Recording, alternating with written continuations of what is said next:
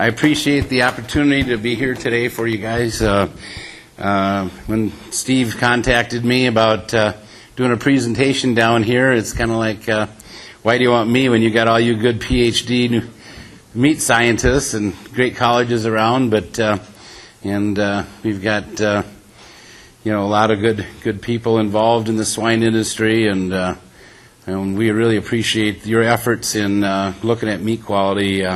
This is one thing that's really been near and dear to our family's heart for a long time.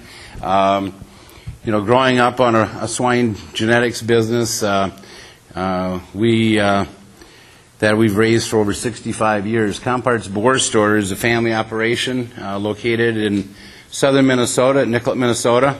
There's 3 brothers involved with our operation right now, and now we have our next generation coming involved with the operation as well. We raise purebred Durocs, Yorkshires, and Landrays, and we've always been very research orientated. If you go back, my dad actually started, this is taken back in the early, about 1961, picture of my father, my grandfather, and a couple brothers, and that's not a pig in the picture, it's a rabbit. So I tell everybody I'm the twinkle in my dad's eye. But if you look in the upper left-hand corner, you see it says Performance Test Station. And actually, they started the very first on-the-farm test station in the country, testing animals, for performance of growth, back fat, loin eye, and utilizing the technologies, feed efficiency. And, Grant, we've really came a long ways in technology, from measuring animals the way we did back then for back fat and loin eye and so forth. But so back in the early 90s, actually the mid 80s, we were some of the very first people that brought in some of the Duroc lines from Denmark. And so our animals go back to animals that were always selected for rapid growth rate. That's one thing that's been very accurate over the years, is the scale has been probably the most accurate piece of equipment we've been able to use. And so we've got one of our taglines for operations is make them grow. So we've always felt the animals needed to grow. And in selecting animals, we were fortunate enough to be asked by the National Swine Registry when the National Pork Producers Council started the National Genetic Evaluation. They came to us, and we were fortunate to supply many of the Duroc animals that were utilized in that swine test. And they took those animals and actually, did research on them where they put the animals in various farms. They took semen, took them out to the various different farms, so they had a cross-section of all the genetics in the United States, and they measured them. And after doing that test, Durocs did very, very well. Actually, Durocs and Berkshires clearly won the test from a meat quality standpoint. Durocs, however, basically won the performance from, you look at, average daily gain, feed efficiency, from a performance standpoint. They had the upper hand on all breeds for performance. And so once we started seeing that, we knew we had something, and our family has always been very research orientated. We know that if a person can measure for meat quality, that we could make progress. And everybody understands and has had that tough dry chop. And we felt this is something that a packing plant was not going to do. It needed to be done by somebody that was research orientated, somebody that actually had the pedigrees that they could track back and figure out why did that animal have more marbling, why did it have better color. It's not just something that happens by luck. It's something that you truly need to breed, and it's going to take a long time. So we knew it was going to be an adventure to go out, select those animals to try to make the product better. After doing that and starting selection, we became more aware. We started asking different people about, okay, what do we do as far as as far as chefs and restaurants, and what are you guys looking for? Are you guys getting the product you want? And one of the things that we did find is that chefs said, well, we need to have something that's more consistent in pork. And so another thing that they were looking for is, an adequate size. It wasn't just the meat quality, it was the various sizing that they weren't happy with, because a lot of producers, a lot of customers think that all pork is sold at retail, and the food service side is a huge market. And when they want to buy a 6-ounce pork chop and it's a 10-inch loin, they're going to have a pork chop that's about a 1/4 inch thick. If it's got a 5-inch loin, it's going to be a 1/2 inch thick. And how do you cook that?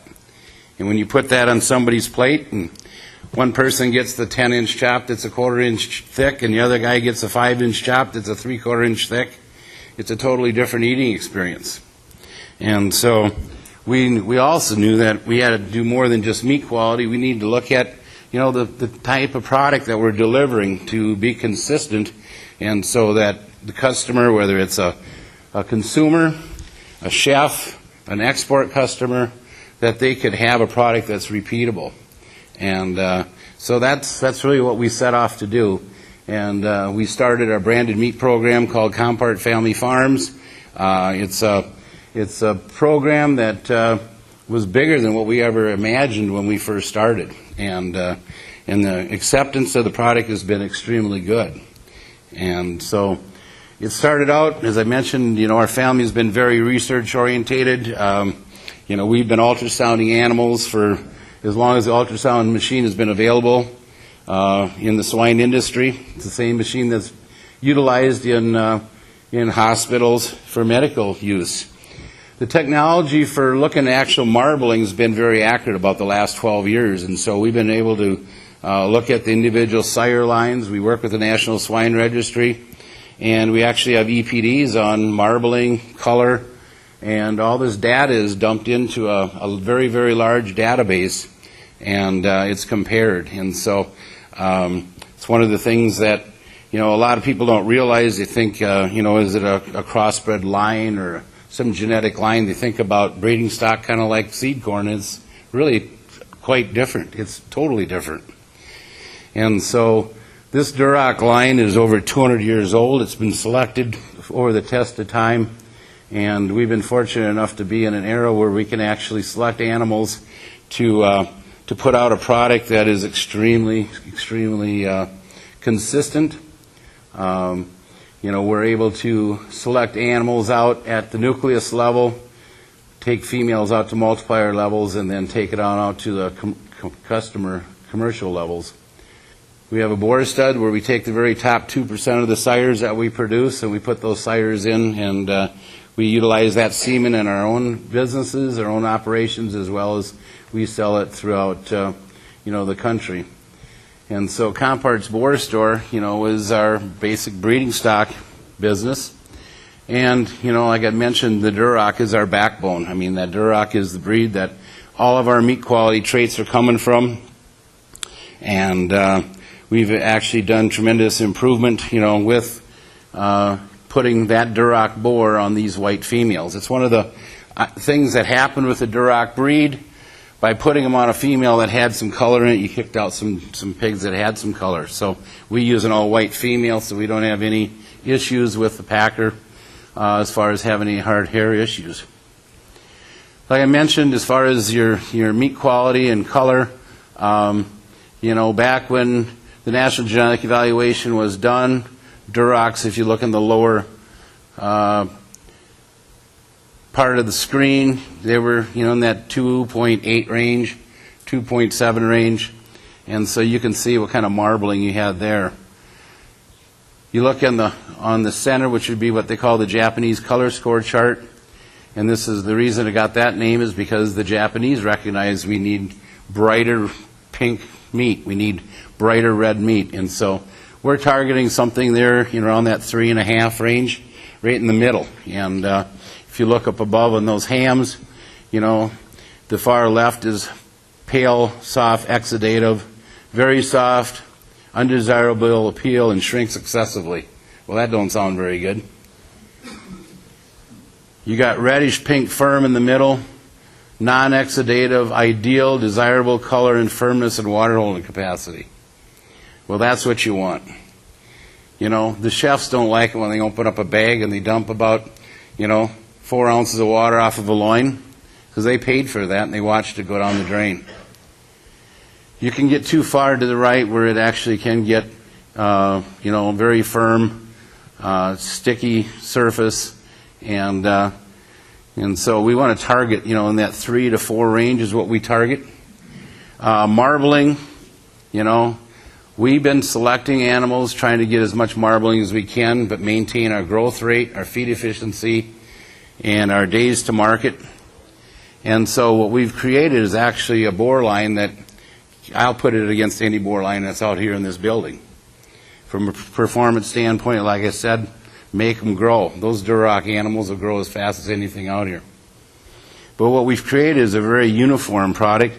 We've got product that's, in that 4 to 5 range on marbling, very consistently 3 to 4. And so when you eat a chop like that versus one that's on your far, left, it's a totally different eating experience. Color standards. There again, you look at the color. We don't want to be in this far right product line like this 6. We want to be in that 3.5 range, to 4. And that's what they call it. It's a higher pH product. Higher pH product is usually more tender. And so there's a reason why you want to look at chops. So if somebody's in a grocery store, I enjoy walking up and there's a lady picking through it and say, take that one there, it'll eat different. And this is the thing that what we've seen is there's been too many of the light-colored chops that people have gotten. They have not had a good experience. Instead of buying pork every week, they bring the pork chops home. The husband puts it on the grill. He watched Top Chef, and he cooks it, and it's dry and it's tough. And he says, don't bring that back home again. Well, it takes about 3 weeks for her to forget that. We got to get it so it's on the menu every week.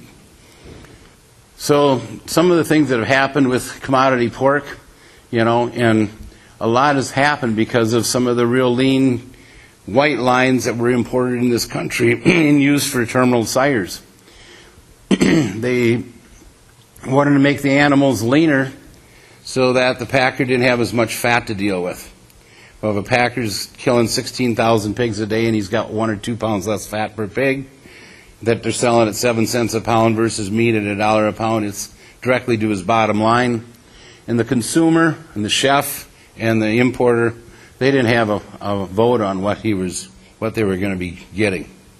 And so, they don't want to have that poor color, poor marbling, the high drip loss I talked about. That low pH product has a sour flavor. I mean, if you do that someday, go to the store and buy a light colored loin and one that's got some color, and put it in the oven and bake it. Don't put no salt and pepper on it. Take a bite out of that one that's red, take a bite out of that light colored one, and that light colored one will taste like a sour, like it's off flavor. It'll taste sour. And so that's some of the things that happen. It's a non-standardized genetic makeup, So this is where we use our Duroc boar line, and we recognize through, the stuff that we heard back from consumers and chefs, there's a need for, quality pork. So what we did is we actually talked with chefs from all over the country. Chef Paul Lynch was, vitally involved with some of the things when we first started. He was from the Radisson. Bradley Ogden, he's from Caesar's Palace in Las Vegas. Very well-known chef. We listened to these chefs, and they told us what they were looking for. What are they wanting? What were their experiences as far as if you had your way of making a product, what are your needs? And so we didn't know anything about the pork industry back then. We listened to them, and we utilized that. Henry Ford, he realized that, not everybody wanted a black car. And this is kind of where we're at right now in the pork industry. The there's other customers out there. A lot of people look at, you know, all the meats available. It should be available at the grocery store, at Hy-Vee, at wherever. The food service market's a huge industry. The export market is a huge industry. And we don't know what the potential of that market truly is. You know, if we can deliver the product. There's a reason why these foreign countries are buying pork shoulders. It's a darker cut of meat. It's got more marbling in it. You know, that we know. And what's happened to pork shoulder? Pork shoulder's worth more than a loin is right now.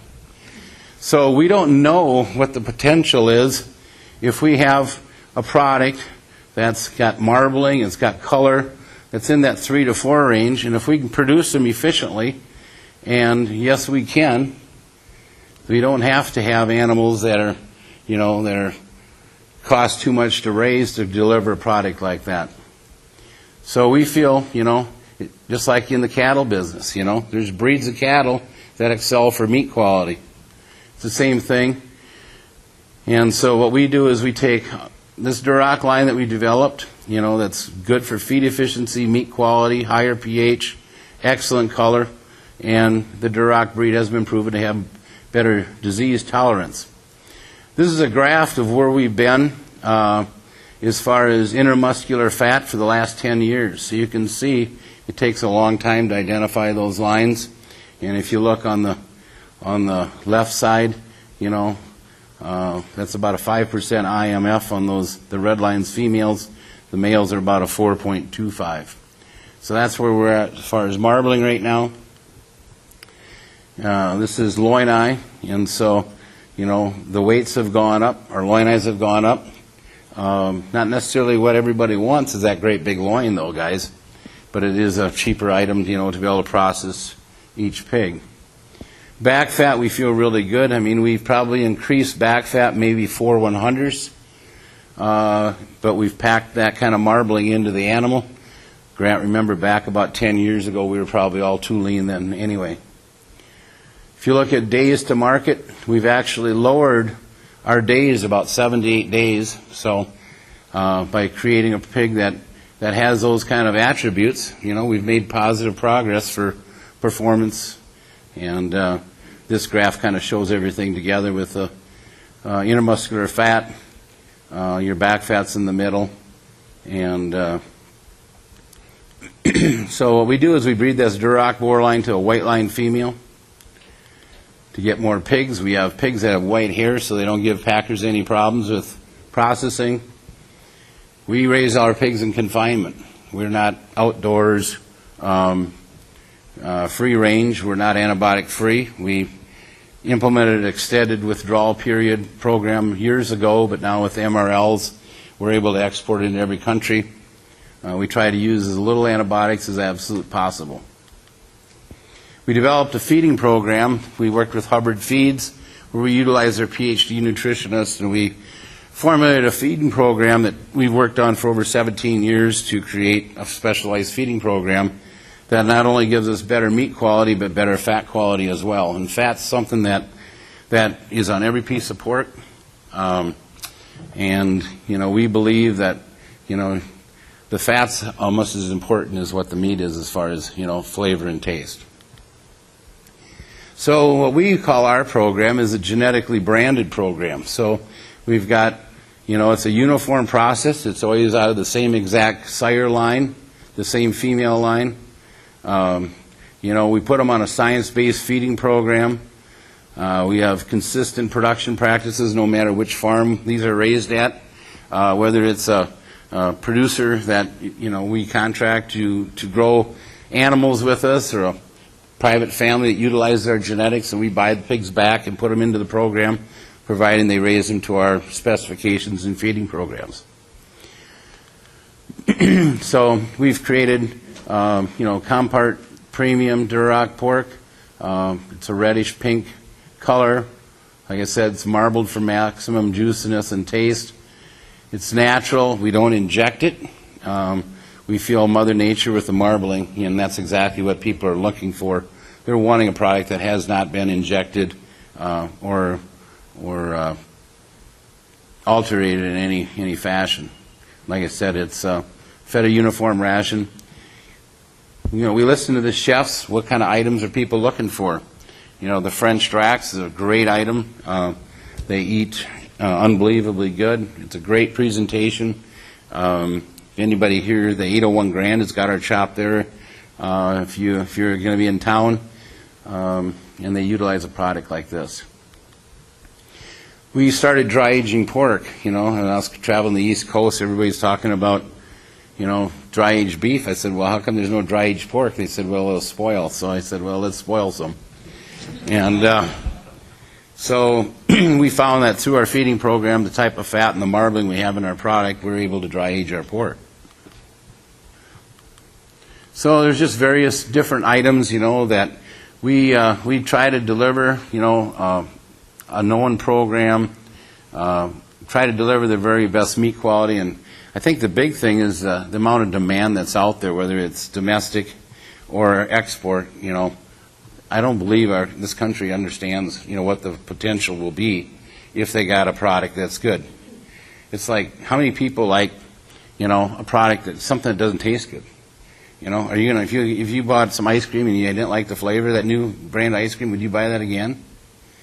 You knew we wouldn't buy it again, But if you buy something that you like, you're going to buy it. And we have to increase the amount of frequency that people are buying product and the volume as well. Marbling and ham. Has anybody ever seen marbling and ham anymore? What are we going to do with that product? Mexico takes a lot of our ham, so it doesn't matter if it's a cured ham or a leg of pork, that marbling is flavor. And, we might need to find another market for that ham someday. Of course, your bacon, there's fat on everything, so we believe that the fat is very important and how that animal is fed. Having diversified products is another item that we try to look at and provide something that adds value. We try to listen to our customer, and so I appreciate you guys' attention today. Steve invited me. I just wanted to share some of the things that we've done over the last 15 years. It isn't necessarily easy. The first 5 years is pretty tough, actually, but we appreciate, the opportunity to share a little bit about what we did. And if anybody has any questions, I'd be happy to answer. Steve, you had... I just wanted to follow up. Can I borrow your microphone? Similar to yesterday, I just wanted to follow up and let you know what the Pork Board is doing on our pork quality initiative effort. And as Jim alluded to several times, he talked about consistency. Our consumer research has showed us that when we are inconsistent, especially in quality, those repeat purchases, there's a long time frame, and we want to shorten that time frame where we can increase those repeat purchases, especially when there's a lot of pork coming on the market later on this year. Yesterday you heard Everett Faulkner, another passionate producer, Jim Compart today. Jim and Everett are very gracious. We thought you'd rather hear from them rather than a boring PhD scientist get up here and drabble on about what we're doing and whatnot. But we've worked on endpoint cooking temperature. For us, there's 3 keys to consistency: endpoint cooking temperature, nomenclature, and quality. The first 2 are on this little handout that you have. If you look on the front, there's temperature. Our consumer research has shown the lower the endpoint cooking temperature down to 145, the higher the satisfaction for consumers. So use a thermometer, cook it to 145, 3-minute rest time. On the back of that is our nomenclature, what we're calling nomenclature. Patrick Fleming's been working on, has worked on the ribeye chop, the porterhouse chop, the New York chop. So consumers can find what they like and find it repeatedly so they know how to cook it and know where to get it. The third part of that equation is consistent quality. How do we get that consistent quality? Well, one area that we can get consistent quality is to come up with some voluntary standards. And here's some proposed voluntary standards about eating consistency. And you look at Prime, Choice, and Select, you can call it whatever you want, good, better, best, 1, 2, and 3.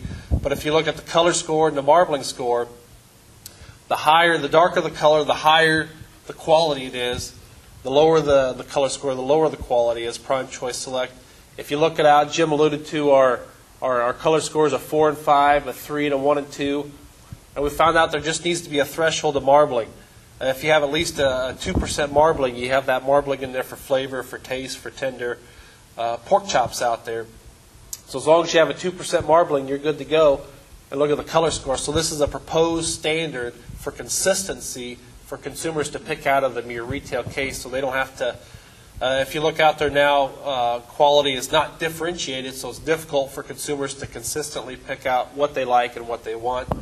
The Pork Safety, Quality, Human Nutrition Committee has funded technologies to measure and have prediction equations for color, marbling, tenderness, and pH to help with sorting loins at line speed. So it's doable, it's possible, and hopefully the industry grabs a hold of that and runs with it for consistency purposes. So that's what the pork board's doing, is trying to help with that consistency. Again, to increase repeat purchases, to sell more pork, especially when we have more pork on the market later on this year. So that's the pork board update on what we're doing to help with this consistency board. So Jim and I open it up for questions. What questions do you guys have on whether it's Jim and his lines, or what the National Pork Board's doing for consistency of quality? We'll open it up for questions. Yes, lady in the back. So, Jim, you were talking about moving your color score between 3 and 4. So we have an idea of what the commodity percentages are, and I'm old, so back in the day in my swine production 101 with Maynard Hoberg, we learned that there's as much variability within a breed as between breeds. So would you kind of give us an idea of what your bell curve looks like? Like how many, what does your lower end look like, and what does your upper end look like, and what percentages are? Well, if we go back to that color chart, like you said, there's a bell-shaped curve. We'd like to be in that 3 to 5 range is where we really want to be. We don't want to be in the 6, so we don't want to be in the 1 or 2. And so, you just move it all about 1 or 2 scores to the right. And that's where, just like anything, somewhere in the middle, you'll catch them coming and going. That's what we learned, And so...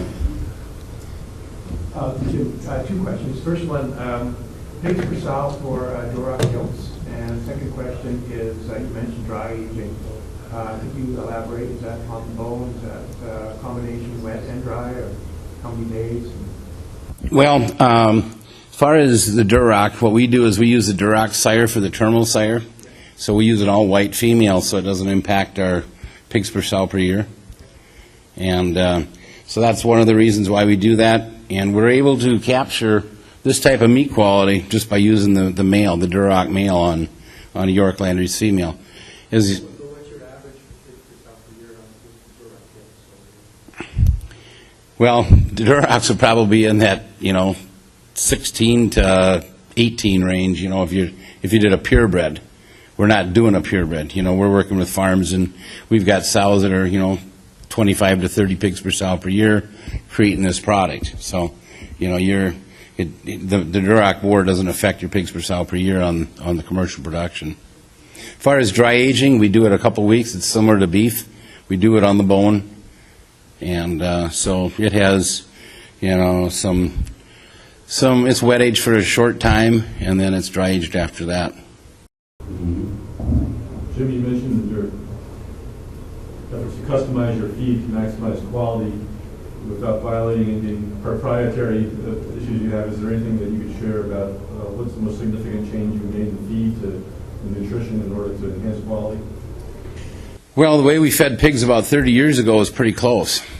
When you start looking at the vegetable oils that we're feeding some of these animals, the distiller's grain, we do feed some at a certain point in their life. We've looked at how long you can feed it, how high you can feed it, when you don't feed it at the end. And so, the vegetable oil creates an unsaturated fat. It's got a lower melting point, so that's why a lot of this bacon just melts down in the pan when you go through.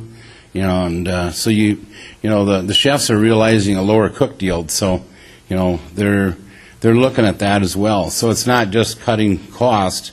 It's what kind of yield are they getting with the product. So that's one of the items. We do feed a higher plane nutrition. We want to make sure that the nutrition isn't limiting, the meat quality that we've worked to put together. From a cost standpoint, it raised it slightly.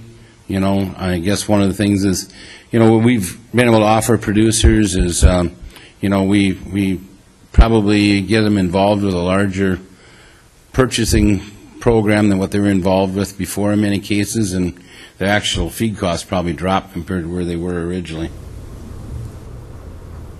I have some questions on either one, but maybe Steve on this. So we have this chart. I've handed it out before. Yep. But now we look at this prime, choice, select. Are we thinking of a new chart that we can maybe put in a case and say, here's the comparison? And then, I don't know where this question goes, but in Wisconsin, we have some smaller plants and a lot of direct things. Can we encourage, is there a way how many days do we have to dry age to get some improvement on more quality? Because those little plants like get one day, cut up the next, and get them in a freezer, where they're beef, they'll let set a week, some 2 weeks. So any comments about that? So the easy part, yes, we're working on updating all of our standards to show where consistency occurs, right? To bunch the color scores together, the marbling together, and to come up with some easily educational materials for consumers. What we learned is there are consumers that just like lighter colored pork. They just do, for whatever reason. There's consumers that like the darker colored pork, and there's consumers right in the middle. So, as Jim said, from a meat scientist standpoint, the darker the color, the better the flavor, the better eating experience, without a doubt. But there are some consumers that just don't like that for whatever reason. Over time, love to get rid of those 1s and 2s and gravitate toward a darker color chop in the meat case. Really would love to do that, but that's going to take time, and that's going to take a lot of effort. But right now, let's divvy that up for consistency, because we know consistency will increase repeat purchases, sell more pork. So let's work on that. With dry aging, second part of the question, don't know. I suppose it'll be those guys that have been playing around with dry aging, wet aging, to see what's the optimal time for that. Have no idea. I know there's been some research that says 10 to 12 days seems to be pretty good, but I think the possibilities are endless when it comes to dry aging. So it may be more of what's your process and what can your process handle for a dry aging or wet aging combination. I don't know if you got anything more to add or not to that. Well, Steve Gerke, I don't know if you've ever seen that slide, but he had a restaurant down in Texas that actually dry aged some pork for like 220 days. It looked like something from the moon, but yeah, he sliced it and he said it was the very best tasting piece of product he's ever eaten. Wow, okay. But it amazed me. I wouldn't recommend doing that at home. I was just going to say one thing, Steve, because there has been some data on the dry aging thing. I mean, it might be one of those things to caution. Like, we're talking about, with what Jim's doing, is dry aging a loin, a bone-in loin, not a carcass. Right. So even though there are some people that may do a couple of days or some additional things, I would just be cautious from a food safety and shelf life standpoint. The longer that, it's totally unlike beef in terms of how long that carcass can hang before you start running into other issues in terms of rancidity. With a loin, we are forcing a lot of air around it in a humidity-controlled cooler. You can do a lot of things. A carcass is a whole other ballgame. So, I would just be, I was just pointing out a point of caution to your question, because it's not, most of the dry aging that's done is done on primals, not on carcasses, even though there are some people, and there's some Canadian counterparts who certainly do, let that carcass hang a few extra days, but most of it's being done on individual primals with a lot of forced air. So just a whole different beast than beef aging.